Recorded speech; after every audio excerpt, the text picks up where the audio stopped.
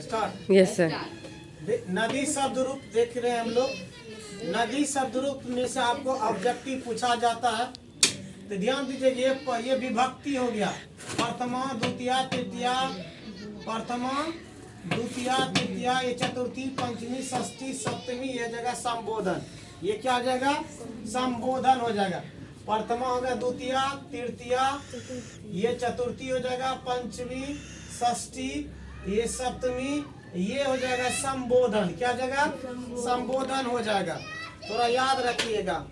होता है क्या होता है, प्रथमा विभक्ति का तीनों वचन, तो नदी नद्यो नद्यः।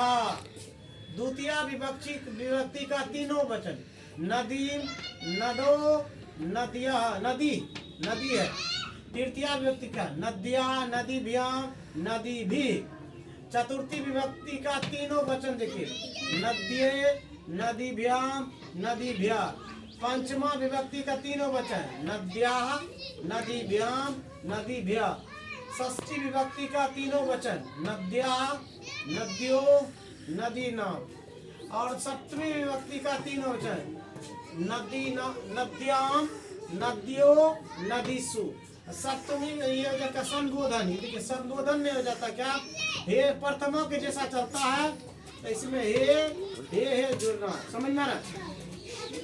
जो गोल किया हुआ है उसमें होता है क्या है, हंसी मत।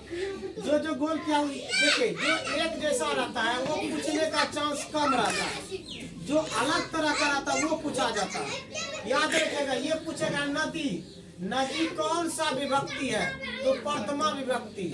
कौन सा वचन, एक वचन। नदी में विसर्ग रहेगा तो ध्यान दीजिए दूसरा का बहुवचन। ओके, तो द्वितीया विभक्ति बहुवचन। देखिए नदी है तो प्रथमा का एक वचन, नदी के साथ विसर्ग है तो द्वितीया का बहुवचन हो गया। उसके बाद यहाँ आइए नाम बला में, नाम रहेगा तो छठा का षष्ठी का बहुवचन। अब दिया ऐसे याद रखिएगा, हम लोग नाम लिखाते हैं किस क्लास में, जब उम्र हो जाता है 6 साल तब नाम लिखाता है। ओके, तो जैसे रहेगा नाम बना तो छठा क्लास, ऐसे याद रख सकते हैं। उसके बाद दिखेगा नदी सु, जैसे सु वाला रहेगा तो सप्तमी का बहुवचन हो जाएगा। ये आपको ट्रिक है याद रखने का, कुछ ऐसे ये याद पूछा जाता है, समझ में आ रहा है? ठीक है।